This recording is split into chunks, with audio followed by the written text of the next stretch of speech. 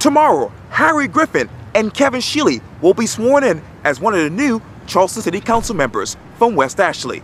In this edition of Quintins CloseUps, I sit down with Harry and Kevin one-on-one. And be sure to download the free Quintins CloseUps app in your Apple or Google Play stores. Well, gentlemen, it is so good to see you. Good to see you, Quintin. I appreciate this greatly. Yeah, yes, sir. Yes, indeed. Well, here we are. What, 24 hours before the next swearing in for you guys? Yeah, I'm excited about it. Wow. Kevin Shealy, a new Charleston City Council member.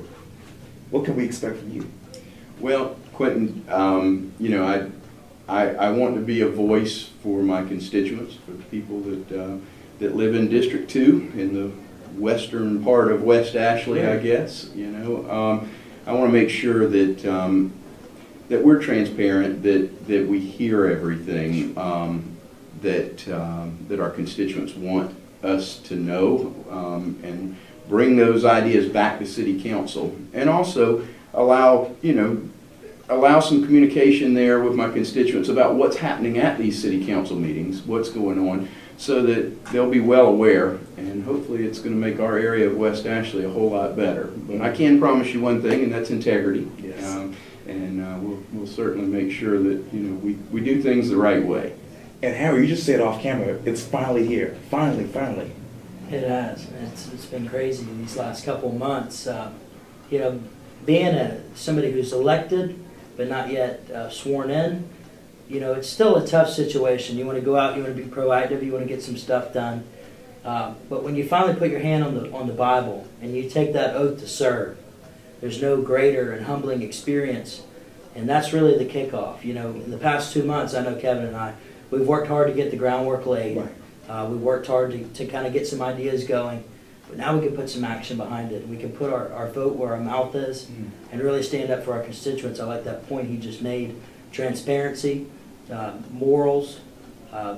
You know, we've got to be humble. We've got to be, but we represent a large group of people. Sure. And we've got to make sure that their voice is heard. And West Ashley's at a crossroads. We've got more people than we've ever had before, and it's time that these people have their voice heard once and for all. And we can never allow West Ashley to be an afterthought again. And I think that both of us will make sure that happens. And obviously, what was it, 2000? It was Florida. This year, 2018, it's Church Creek Basin, Church Creek Basin, Church Creek Basin. Where are we with this issue? Well, we're still early on. But we know we have substantial numbers now. We have a price tag.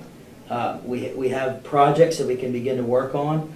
We have homes that FEMA has bought, and right. I got the word from Laura Cabanis today. Right. I talked to her for a good while, and she said by August these homeowners are finally going to be whole again, and they're going to have an opportunity to, hopefully, fingers crossed, and we're going to work hard to make sure they stay here, find a place that will never flood.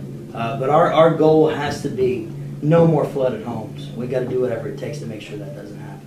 And yeah, I mean, it's a long process for what the plan is, but we've got to start pushing to make those first steps happen, because it's not going to happen overnight. Right. But we certainly don't want to delay that. We want to make sure that things start going forward from this point. Now that Bob Horner's done a great job and the city did a great job of working with him, we need to find a way to come up with the money and to start those projects, and let's get the ball rolling, because we certainly can't afford to wait. You talk about the money. Where is the money? That's a good question, Quintin, and I know there's a lot of people working on it, a lot of people with the city, and we have other people working with the city on higher levels trying to figure out where can this money come from. $44 million is a ton of money. It really is, and that one pump or the pumping stations that they talk about, right. That portion of it's $27 million, and if I heard Bob Horner say this right when he was talking, that is going to be critical. We have to have those pumping stations for the whole thing to work. We have the money on the books to make those FEMA homes full. The city had to put up 25%. Sure. We have that money. And now we have to exasperate every effort on the local, state, and federal level to raise as much money as we can, because I'm at the point of view, and Kevin can elaborate on this too, that we might need to take the extra step Because, you know, if we do the bare minimum, there's always going to be that chance that it's going to go back to the way it was. We need to raise as much as we can and get as much money towards flood mitigation as we possibly can to make sure that this never happens again. Obviously, another issue in West Ashley is traffic. How would you describe traffic now in West Ashley? Well, this morning when I was coming down Glen McConnell, I thought there must be an accident. There wasn't. It was just traffic with everybody just finally getting back to work. We've had the snow issues and things, and people are getting back, and people were being cautious, and that was certainly part of it. But traffic along that Glen McConnell Parkway, Ashley River Road, Bees Ferry Road, Magwood, all of those areas which affects both the people in both of our districts. You know, it can be a mess sometimes. It really can. And now you have issues where we're hearing from constituents about people cutting through neighborhoods and neighborhood roads becoming somewhat like a highway now and things like that. So, you know, traffic certainly needs to be a focus in our areas. And as we continue to grow and develop in West Ashley, we've got to have a plan for how people are going to be able to get from West Ashley into North Charleston or downtown, you know. And there's a lot of different ideas there, but people are going to get in their car and drive down the road. That's the way people commute in Charleston. We have to have the roads to support that. And Harry, I know that you talked about some ideas during the debate we had in October. Well, yeah, and I want to touch on Kevin's point that, you know, traffic was bad today. You can attribute some of that to the frozen roads, but little side note is it was a teacher work day, so there weren't even students going to school this morning, and it was pretty bad. But I would really like to see us focus on the Glen McConnell extension. Okay. We have to prioritize infrastructure before development.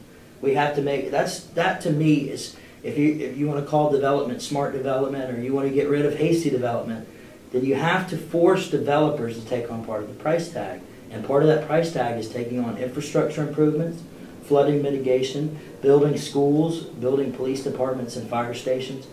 If these developers want to live in Charleston, want to build in Charleston, they have to understand that this is a desirable place to be.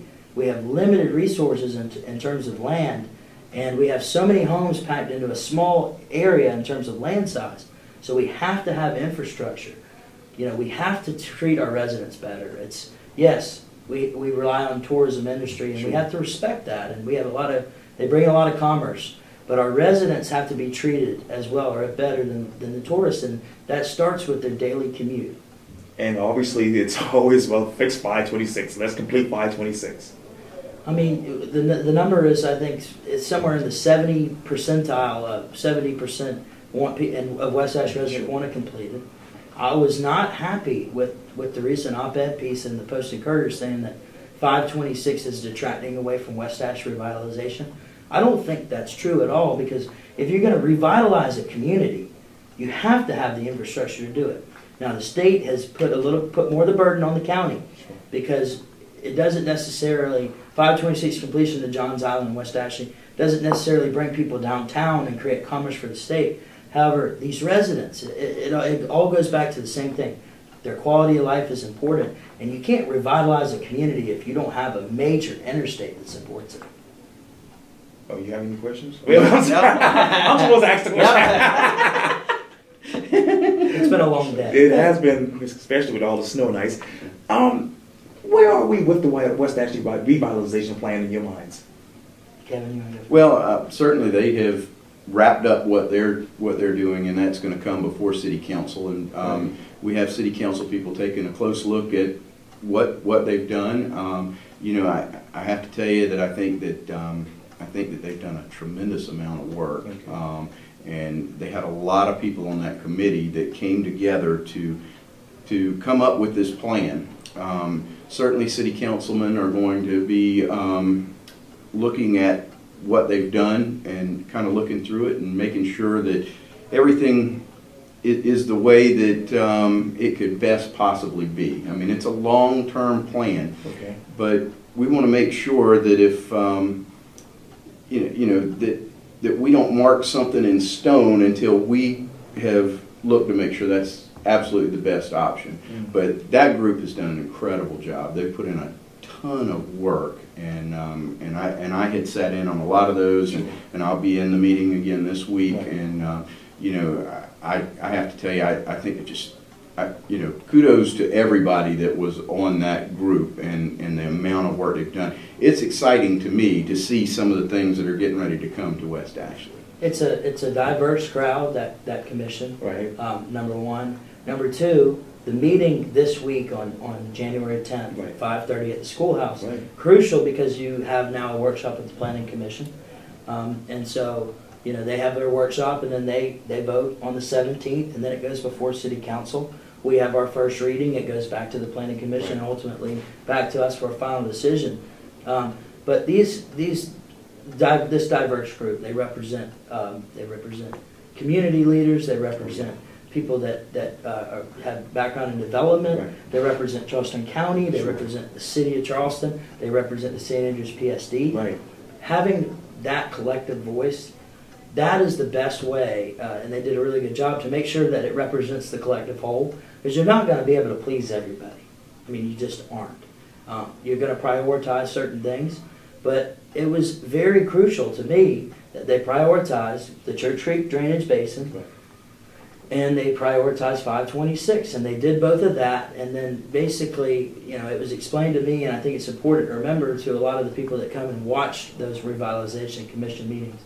This master plan is basically a guideline for anybody who comes in and wants to develop this area. Okay. This is how it should look. This is what the people are going to respond best to. That's what it needs to be remembered as. It's not legislation, but it is a blueprint for what we need. You know, it's going to be tinkered with here or there. Sure.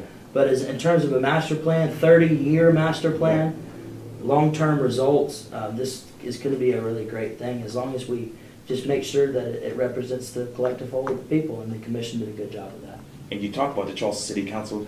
Talk to me about how it would be like for you guys to work with those experienced council members already. You got Mitch, you have Lewis, you have Seekins, you have Waring, Moody, Shade. Who else? Carol Jackson's going to be new. Wagner, that's right, Marvin Wagner. Talk to me about your relationship with them. Well, first of all, I think it's a great group of people. You know, we got a great group of people representing the city of Charleston. I've had the opportunity to sit down with just about every one of them, and you know, I know that I'll be able to work with every one of those city council people, and I'm really excited because I think all of them are great people. All of them want what's best for Charleston, sure. And I look forward to working with every one of them. And I forgot about Gary White, but go ahead. Yeah, Gary White too. Yeah, and you know, we're bringing some new voices in. Right. We got a little more diverse with a little bit of more youth. Even he's a young guy on city council. But you know what I'm really looking forward to is he's right. Everybody has an idea of how they want Charleston to look. Everybody on that council busted their behind in the candidacy and election process. Sure. Anybody who runs for office, I commend, because it is a tough thing to do. And you wouldn't do it if you didn't love Charleston. We all have a little bit different idea of how we want Charleston to look, and you know, maybe some are more like others. You know, us being in West Ashley, we sometimes are on the same page on some things that other people aren't. Okay. But ultimately, you know, you put your district first. You put your district's best interest at hand. But a lot of times that comes together and it works regionally too. You know, we can do a lot of great things for West Ashley, but being a city councilman in a very traditional, historic, beautiful, best city on the face of the earth, Charleston, you have to know a little bit about every district. Mm-hmm. You have to understand these guys. You have to work with them to find out what their district needs are. And you don't ever want to vote on something that you don't understand. Sure. So for us, we'll ask a lot of questions early. We'll get caught up quickly. But right now, we're going to learn. We're going to learn big time. And we're both going to become assets for the city because we love it. We've been here our whole lives. He's been here a little bit longer than I have. Okay. But we love Charleston. And that means that we're going to work our tails off to make it the best city on the face of the earth. And you talk about being able to work with city council. Talk to me about how you can work with Mayor John Tecklenburg. Well, certainly, you know, he's a person that's passionate about the city of Charleston as well. And just like we can work with the other city council people, I certainly think, you know, it's going to be fun. It's going to be exciting to work. He has some visions and some things that I think are great, and you know, I am looking forward to bouncing ideas back and forth and working with the mayor. He prioritized 3 things to me. He said drainage, traffic, affordable housing. Those are 3 things anybody can get behind. We might differ a little bit on how we're going to get there. But those are 3 things that will make our city better if we really tackle those 3 things. And I've said to him too, huge decision this year, fire and police chief, public safety. Public safety encompasses almost 75% of our budget. And we have to have a strong police and fire chief to protect our city. So I can't wait to work with him to make sure we make the best possible choice for fire and police, and really tackle the Church Creek Basin. Work as a collective whole with Charleston and Charleston County, Charleston City, to work on 526.